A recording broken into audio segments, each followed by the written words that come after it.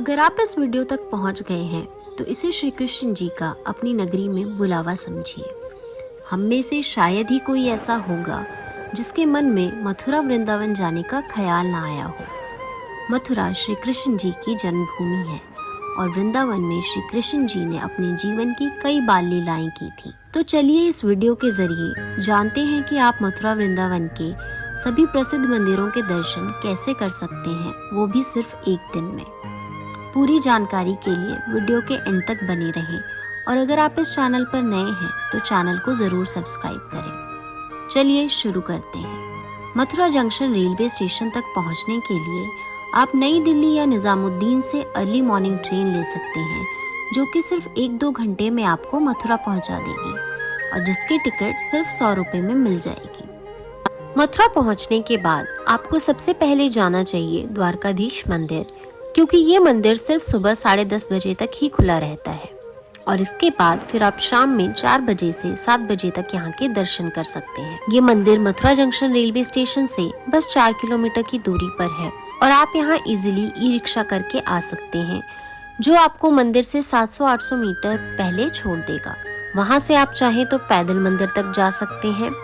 बीच में कई और मंदिर भी हैं जहाँ पर आप दर्शन कर सकते हैं। द्वारकाधीश मंदिर यमुना के किनारे है, तो आप चाहे तो बोट राइड लेकर भी मंदिर तक पहुंच सकते हैं। बोट में आपको 3-4 मंदिर और घाट और देखने को मिल जाएंगे और इसकी कॉस्ट पड़ेगी आपको 100-200 पर पर्सन। विश्राम घाट यहाँ का एक फेमस घाट है, आप चाहे तो यहाँ यमुना में डुबकी भी लगा सकते हैं। द्वारकाधीश मंदिर मथुरा का सबसे पुराना और सबसे ज्यादा विजिट किया जाने वाला मंदिर है। यहाँ पर श्री कृष्ण जी के द्वारकानाथ रूप की पूजा होती है।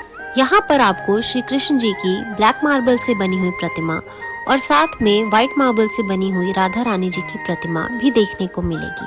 होली, जन्माष्टमी और दिवाली जैसे फेस्टिवल्स पर इस मंदिर को बहुत ही शानदार रूप से सजाया जाता है। यहाँ पर हर आधे घंटे में आरती की जाती है। हर आरती के बाद कुछ समय के लिए प्रवेश पर पर्दा डालकर दर्शन को बंद किया जाता है। पर्दे खुलने का इंतजार करते समय आप आंगन की दीवारों और छत की सुंदर चित्रकला में खो सकते हैं।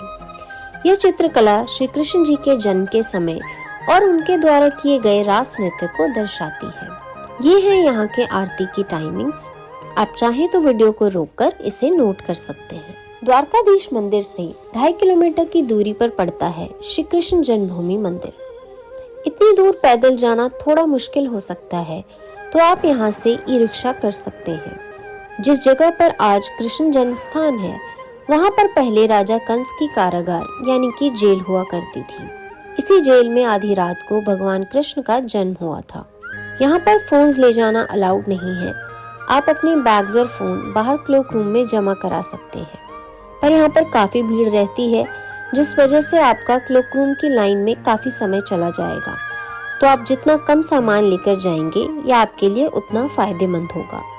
इस कॉम्प्लेक्स के अंदर आप केशव देव टेम्पल, गर्भगृह और भागवत भवन के दर्शन कर सकते हैं। यहाँ पर एक गुफा भी है, जहाँ पर श्री कृष्ण जी के जीवन की लीलाओं को सुंदर झांकियों के द्वारा दर्शाया गया है। पूरे मंदिर कॉम्प्लेक्स को विजिट करने के लिए आपको 2-3 घंटे का समय लगेगा। मथुरा और वृंदावन के सभी मंदिर 1 से 4 बजे तक बंद रहते हैं, तो इस समय आप किसी और मंदिर के दर्शन नहीं कर पाएंगे। इस समय में आप अपना लंच कर सकते हैं और थोड़ा आराम भी कर सकते हैं और उसके बाद आप जा सकते हैं वृंदावन। वृंदावन के कण-कण में भगवान श्री कृष्ण का वास माना जाता है। वृंदावन की गलियों में भगवान श्री कृष्ण ने कई लीलाएं की थी। वृंदावन के सभी मंदिर दोपहर के वक्त बंद रहते हैं, लेकिन इस समय में आप निधिवन जा सकते हैं, जो कि खुला रहता है। निधिवन के बारे में तो आपने सुना ही होगा। निधिवन मंदिर एक ऐसा मंदिर है जहां आज भी श्री कृष्ण रास लीला करने आते हैं। शाम की आरती के बाद निधिवन को बंद कर दिया जाता है। इसके बाद निधिवन में कोई नहीं रहता। निधिवन में दिन में रहने वाले पक्षी भी शाम होते ही इस वन को छोड़कर चले जाते हैं। निधिवन में तुलसी के पेड़ हैं और हर तुलसी का पौधा यहाँ जोड़े में है। मान्यता है कि जब श्री कृष्ण और राधा रास लीला करते हैं, तो ये तुलसी के पौधे गोपियां बन जाती हैं और सुबह होने पर तुलसी के पौधे में परिवर्तित हो जाते हैं। निधिवन के अंदर ही है रंग महल, जिसके बारे में ये मान्यता है कि रोज रात यहाँ पर राधा जी और कृष्ण जी आराम करते हैं। रंग महल में रखे गए चंदन की पलंग को शाम 7 बजे से पहले सजा दिया जाता है।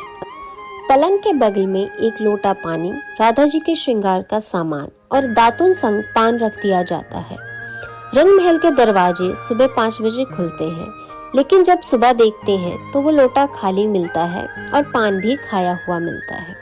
निधिवन में आपका 1 से 2 घंटा आराम से निकल जाएगा, जिसके बाद आप चली जाइए बांके बिहारी के दर्शन के लिए। आप जितना जल्दी वहां पहुंचेंगे, आप लाइन में उतना ही आगे लग पाएंगे और जल्द दर्शन कर पाएंगे।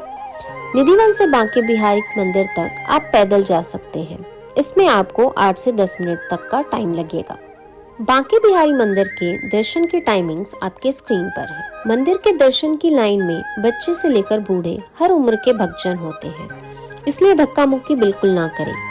मंदिर के खुलने के 15-20 मिनट के बाद आपको आसानी से दर्शन करने को मिल जाएगा, इसलिए जल्दबाजी के चक्कर में किसी को नुकसान ना पहुंचे, इसका जरूर ध्यान दें। यहाँ की गलियों में जगह जगह पर आपको बंदर देखने को मिलेंगे, जो आपका सामान छीनने की फिराक में होंगे, तो उनसे सावधान रहें। चश्मे, टोपी, मोबाइल, पर्स, ये सब उनके फेवरेट आइटम है। भगवान बांके बिहारी की कहानी भी बहुत अद्भुत है। उनकी मूर्ति को जो भी भक्त देखता है वह उनके बनकर रह जाते हैं, इसलिए हर 1 मिनट में उनकी प्रतिमा के सामने पर्दा डाला जाता है। यह कहा जाता है कि बांके बिहारी जी की मूर्ति को किसी ने बनाया नहीं है, बल्कि यह प्रतिमा खुद उत्पन्न हुई थी। मानना यह है कि श्री हरिदास के अनन्य भक्ति से प्रेरित होकर बांके बिहारी वृंदावन के निधिवन में प्रकट हुए थे। इस मंदिर में भगवान की काले रंग की मूर्ति है, जिसमें राधा और कृष्ण दोनों की छवि है, इसलिए बांके बिहारी जी की मूर्ति पर महिला और पुरुष का श्रृंगार किया जाता है। बांके बिहारी मंदिर के बाद आप जा सकते हैं इस्कॉन मंदिर। ये मंदिर श्री कृष्ण और उनके भाई बलराम को डेडिकेटेड है। इस्कॉन मंदिर में पहुंचते ही आपको एक सुंदर सफेद मंदिर दिखाई देगा, जहां रामा कृष्णा की धुन सुनाई देती है। मंदिर में भगवान कृष्ण के नाम का जाप हर तरफ सुनाई देता है। यहाँ भारतीयों के साथ साथ विदेशी भक्त भी भगवान श्याम के रंग में रंगे होते हैं। वृंदावन के इस्कॉन मंदिर में श्री कृष्ण जन्माष्टमी पर विशेष तैयारी की जाती है, जो कि देखने लायक है। यहाँ के दर्शन की टाइमिंग भी आपके स्क्रीन पर है। इस्कॉन मंदिर के बाद आपको जो नेक्स्ट मंदिर जरूर जाना चाहिए वो है प्रेम मंदिर। ये वृंदावन का सबसे सुंदर मंदिर है, जो कि व्हाइट मार्बल से बना हुआ है। ये मंदिर श्री कृष्ण, राधा और राम और सीता जी को समर्पित है और इसकी स्थापना 5वें जगत गुरु कृपालु महाराज द्वारा की गई थी। यह मंदिर 1000 मजदूरों द्वारा 11 सालों में बनकर तैयार हुआ है। आपको यहाँ श्री कृष्ण के जीवन से जुड़ी कई खूबसूरत झांकियां देखने को मिलेंगी, जैसे कि श्री गोवर्धन धारण लीला, कालिया नाग दमन लीला और इनकी झूलन लीलाएं। दिन के समय में ये मंदिर आपको एकदम सफेद दिखाई देगा और शाम के समय रोशनी के बीच मंदिर का रंग कुछ अलग ही नजर आता है। यहाँ पर स्पेशल लाइटिंग की जाती है, जिसकी वजह से हर 30 सेकंड्स में आपको मंदिर का रंग बदला हुआ लगेगा। इस मंदिर में भी दर्शन करने और इसे पूरा एक्सप्लोर करने में आपको 1 घंटे का समय लग जाएगा। मंदिर कॉम्प्लेक्स में कैंटीन है, जहां पर आप खाना खा सकते हैं। मंदिर के बाहर सड़क की दूसरी तरफ भी आपको खाने पीने के बहुत सारे रेस्टोरेंट और ढाबे दिख जाएंगे, जहां पर आप अपना डिनर कर सकते हैं और इसके बाद आप स्टेशन की ओर निकल सकते हैं। इस तरह आप एक दिन में मथुरा और वृंदावन का ट्रिप कंप्लीट कर सकते हैं। अगर आपको ये वीडियो अच्छी लगी हो तो प्लीज़ इसे लाइक करें और चैनल को सब्सक्राइब करें। अगर इससे रिलेटेड आपको कोई भी और जानकारी चाहिए तो नीचे कमेंट डाउन करें। राधे राधे।